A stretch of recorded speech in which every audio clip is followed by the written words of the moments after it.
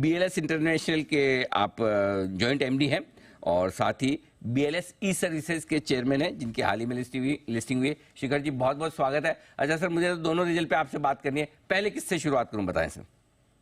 I think parent company से start करते हैं। चलिए, पेरेंट कंपनी से करते हैं शुरुआत। बीएलएस इंटरनेशनल, पहले मैं बता दूं आपको नतीजे जो कल आए हैं बाजार बंद होने के बाद 6 बजे के आसपास, आए एकदम फ्लैट है 438 करोड़ पर, लेकिन कामकाजी मुनाफा जंप होकर 89-90 करोड़ तक पहुंचा है। 34% की बढ़त दिखी है। मार्जिन बहुत बेहतरीन 5% बढ़े, 15% से 20% के ऊपर जाते हुए, और मुनाफे में जबरदस्त जंप है 67 करोड़ से बढ़कर 84 करोड़। तो ये नंबर्स रहे हैं आपके लिए बीएलएस इंटरनेशनल के। पहले इसी पर बात करते हैं। अग्रवाल साहब बताएं सर, रेवेन्यू फ्लैट रहा है लेकिन ऑपरेशनल परफॉर्मेंस दमदार, वजह क्या थी? देखिए अनिल जी, अगर आप देखें हमारे पैट में 90% की जंप है और एबिटा में 33% की जंप है, तो पैट हमारा highest ever I think 87 crore पे आया है।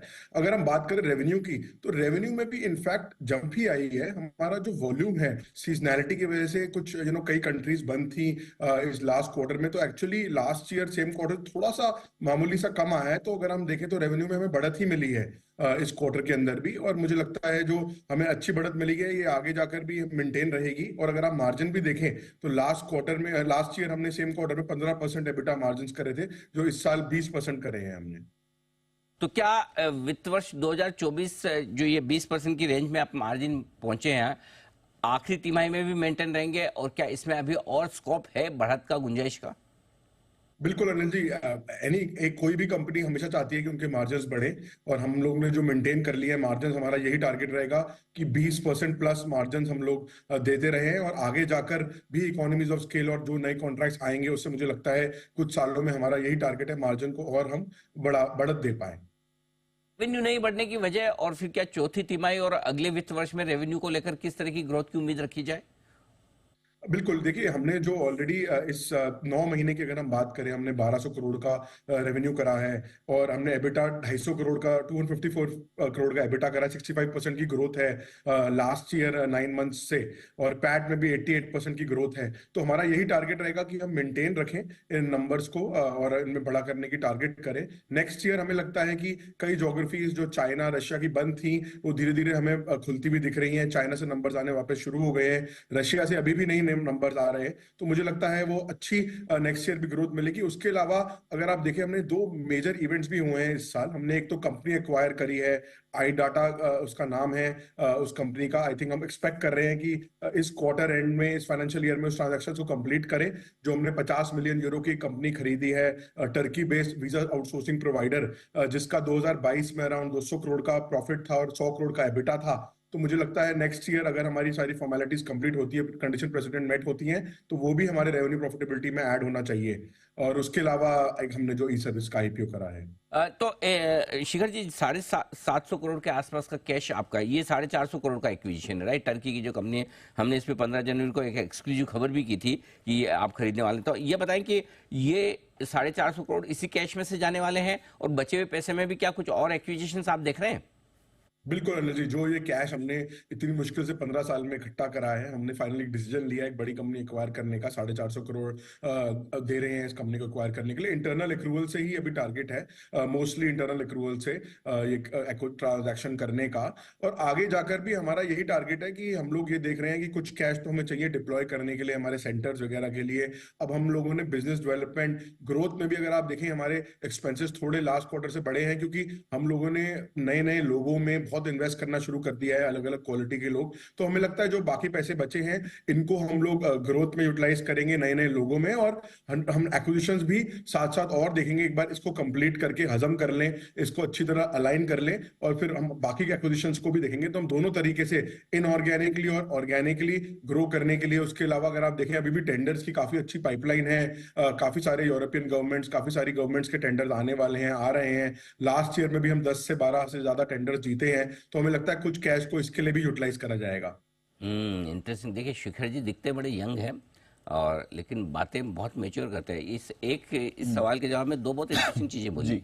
एक कि 15 साल में हमने बड़ी मुश्किल से ये पैसे इकट्ठे किए हैं, इसलिए हम इसमें एक साइजेबल कंपनी खरीदा है।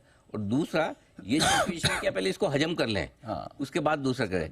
ये मतलब आपकी एज से ज्यादा वो आप मेच्योरिटी वाली बात करके बिजनेस के एंगल से, तो शिखर जी कॉम्प्लीमेंट्स जिस तरह से आप काम कर रहे हैं। अच्छा दूसरी एनर्जी पर मेरे को ये मेंशन करना है कि मैं कंपनी का फेस हूं, पर मेरे पीछे बहुत बड़ी टीम है। बहुत लोग मेहनत करते हैं, तो सब लोगों के एडवाइस और उसके साथ ही हम कंपनी ग्रो कर पा रहे हैं। डेफिनेटली बिल्कुल उसमें तो टीम का साथ होता है, लेकिन लीडर की इंपॉर्टेंस सबसे ज़्यादा होती है, ये हम जानते हैं। बिल्कुल, अब आइए आपकी नई कंपनी की तरफ बढ़ते हैं, BLS ई सर्विसेज, जिसके आप चेयरमैन भी हैं। एक बार जरा पहले मैं नंबर्स बता दूं हमारे दर्शकों को, और उसके बाद मैं आपसे सवाल करता हूँ। ये कल जरूर मार्केट आवर्स के दौरान आ गए थे, 1:45 बजे के आसपास हमने रिजल्ट फ्लैश किए थे। 4% रेवेन्यू बढ़ा है, इसमें 72 करोड़ पर पहुंचा है। कामकाजी मुनाफा लगभग 11 करोड़ के आसपास पहुंचा है, 20% की इसमें बढ़त रही है। मार्जिन्स यहाँ पर भी 2% बढ़कर 15% के आसपास पहुंचते हुए दिखे हैं, और मुनाफे में आई है कंपनी 7.5 करोड़ का मुनाफा दर्ज किया, जबकि पिछले साल इसी समय इसी तिमाही में 13 करोड़ का नुकसान था। तो शुरुआत में यहीं से करूंगा, घाटे से मुनाफे में आने की वजह पहले समझाएं सर। बिल्कुल अनिल जी, जैसे आप जानते हैं BLS ई सर्विस जो हमारी कंपनी है 2016 में शुरू करी थी हम लोगों ने। अभी हाल ही फिलहाल में IPO करा इसका, जिसमें 300 करोड़ से ज्यादा रेस करे हैं हमने।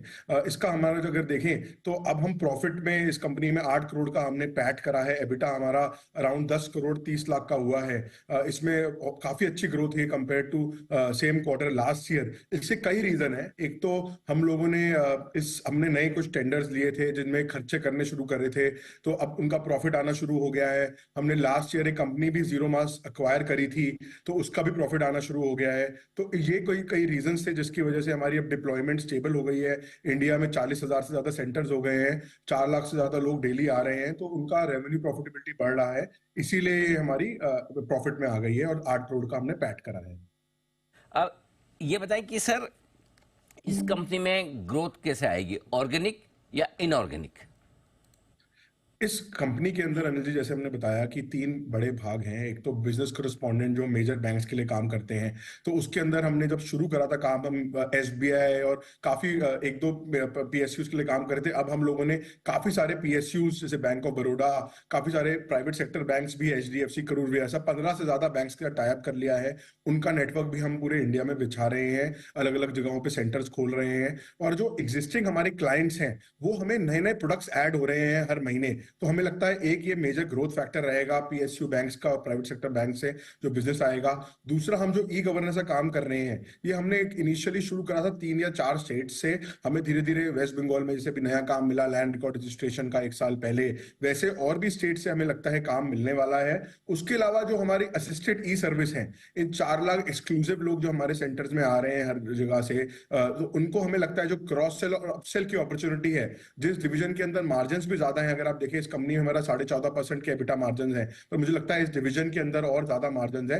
तो हमें लगता है ये पैसा भी जो हमने रेस करा है, ये भी हम इनऑर्गेनिक एक्विजिशंस के अंदर भी टेक्नोलॉजिकल एडवांसमेंट ग्रोथ कैपिटल ही यूज करा है, कोई ऑफर फॉर सेल नहीं है। तो हमें लगता है काफी अच्छी ग्रोथ पोटेंशियल है आगे जाकर भी इस कंपनी में। ग्रोथ पोटेंशियल काफ़ी बेहतर है, और आपके पास IPO का पैसा भी है, आपने कहा 300 करोड़ रेज किया है।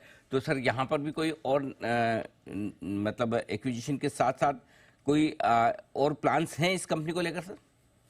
बिल्कुल अनिल जी, हमारा यही प्लान है कि पहले तो ये 4 लाख जो कस्टमर आ रहे हैं, इनका रेवेन्यू पर एप्लीकेशन कैसे बड़ा हो सकता है, जिसके लिए अलाइड सर्विसेज और क्या क्या स्टार्ट करी जा सकती हैं। तो उसके लिए हमने 2-3 कंपनी से ड्यू डिलिजेंस पहले से चल रहा था हमारा, और अभी हमें लगता है अभी IPO होने के बाद हम लोग जैसे ही जो हमें लगता है कंपनी ठीक है, हमारे मिनिमम एबिटा मार्जिन, हमें लगता है पैसा हमें 5-6 साल के अंदर जो एबिटा हम दे रहे हैं, जितना मल्टीपल दे रहे हैं, उतने में रिकवर होना चाहिए। तो उस टाइप की कंपनी हम खरीदने के लिए आगे बढ़ेंगे। और उसके अलावा हम लोग टेक्नोलॉजी, हमारी technology enabled digital service provider है, हम इसके अंदर टेक्नोलॉजी में काफी इन्वेस्ट करना चाहते हैं। इन लोगों को एक जैसे हम मोबाइल ऐप बनाना चाहते हैं, बहुत सारी चीजें करना चाहते हैं जो हमें लगता है हमें आगे जाकर काफी अच्छे मुनाफे और रेवेन्यू में बढ़त देगी। तो ये है आपके लिए दोनों ही कंपनियों पर स्ट्रांग आउटलुक आता हुआ शिखर अग्रवाल साहब की तरफ से, BLS इंटरनेशनल और BLS ई सर्विसेज। बहुत बहुत धन्यवाद शिखर जी, दोनों ही कंपनियों के नतीजों पर विस्तार से हमारे दर्शकों से बातचीत करने के लिए। Thank you so much sir.